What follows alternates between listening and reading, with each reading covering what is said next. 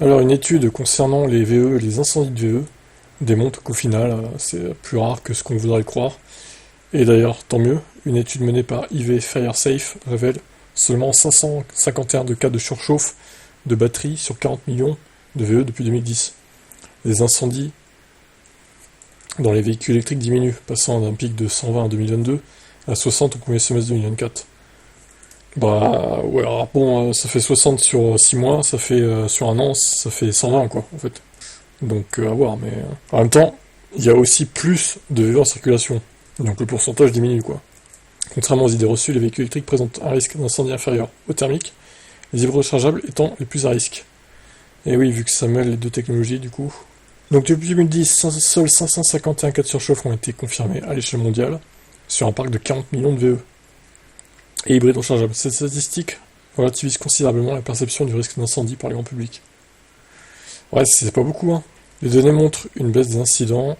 Donc 2022, 120 cas, ensuite 60 pour l'instant. Cette baisse s'explique en grande partie par le repérage et le remplacement de cellules défaillantes. Chez les constructeurs, la majorité des cas surviennent suite à des accidents, lorsque la batterie a été endommagée. L'immersion dans l'eau et les défauts de cellules sont également des facteurs significatifs. Il est à noter que dans la moitié des cas, la cause reste indéterminée, faute d'enquête approfondie. La recharge représente 15% des départs de feu, en baisse par rapport aux 18% de l'année précédente. Le rapport souligne l'importance cruciale d'une installation conforme des bornes de recharge pour minimiser ce risque. Les avancées technologiques comme les batteries Blade et LFP de BYD améliorent la sécurité. Ces nouvelles générations de batteries sont plus résistantes aux perforations, ce qui réduit évidemment les risques d'incendie après un accident. Aussi surprenant que ça puisse paraître, les véhicules thermiques ont un risque d'incendie plus élevé que les modèles électriques. Paradoxalement, ce sont les véhicules rechargeables qui affichent la plus forte probabilité.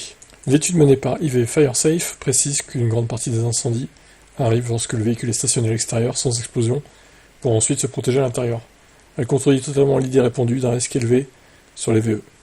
Alors certains diront que c'est une étude biaisée, les chiffres sont truqués, et qu'on veut nous faire passer évidemment les VE comme étant plus safe que les thermiques. Alors que ça serait pas vrai, mais bon, moi j'y crois à cette étude. Je vois pourquoi il faudrait remettre en doute chaque étude qu'on voit.